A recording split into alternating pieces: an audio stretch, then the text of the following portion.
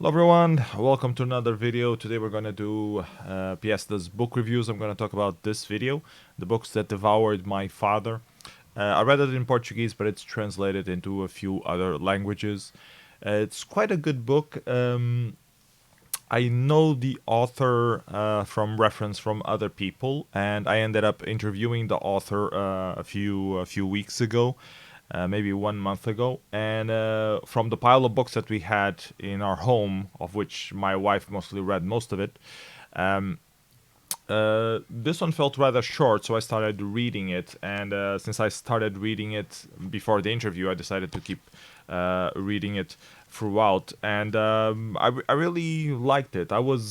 In the beginning, I was a bit not entirely convinced. It's mostly fantasy. It's the story of a 12-year-old boy or 12-year-old going to 13-year-old boy who is an orphan of father.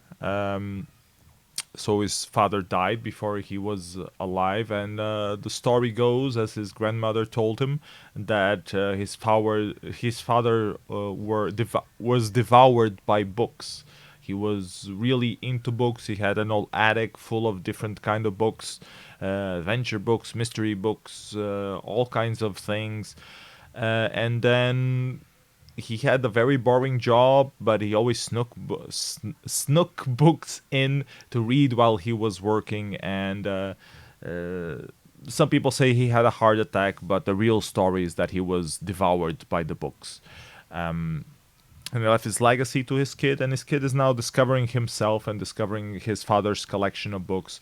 It makes a lot of references to a lot of different books: The Island of Dr. Moreau, Dr. Jekyll and Mr. Hyde, um, Fahrenheit 451. So a lot of different classics, Dostoevsky, a lot of different things. So if you like reading, you will find a lot of interesting references.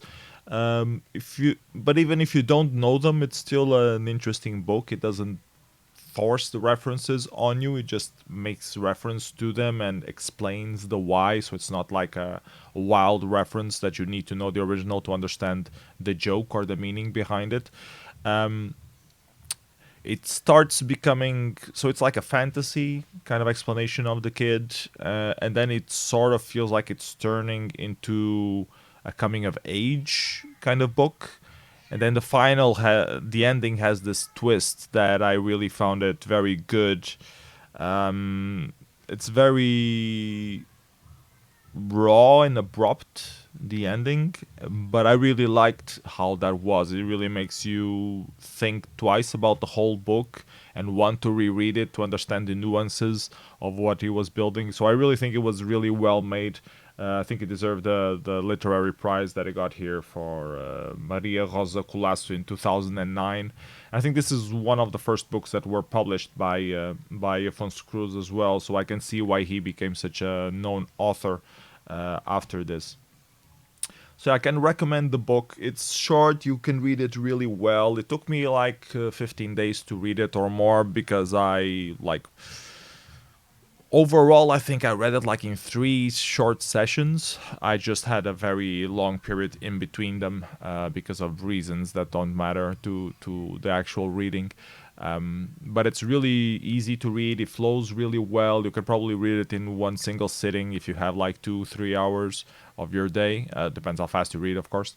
And I really like that it's like fantasy, but not too much fantasy, but it's still poetic enough that the fantasy blends with the reality well, and the whole mystique of getting swollen into the books and losing track of time, and then getting punished by your mother because you're late for dinner because you spent all your afternoon reading, despite everyone telling you that you need to keep track of the hours.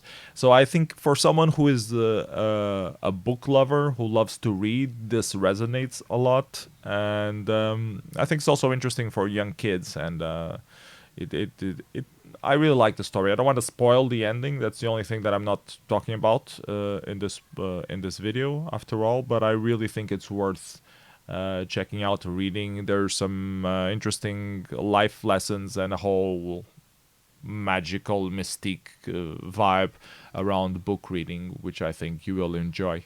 So yeah, that's my review for today.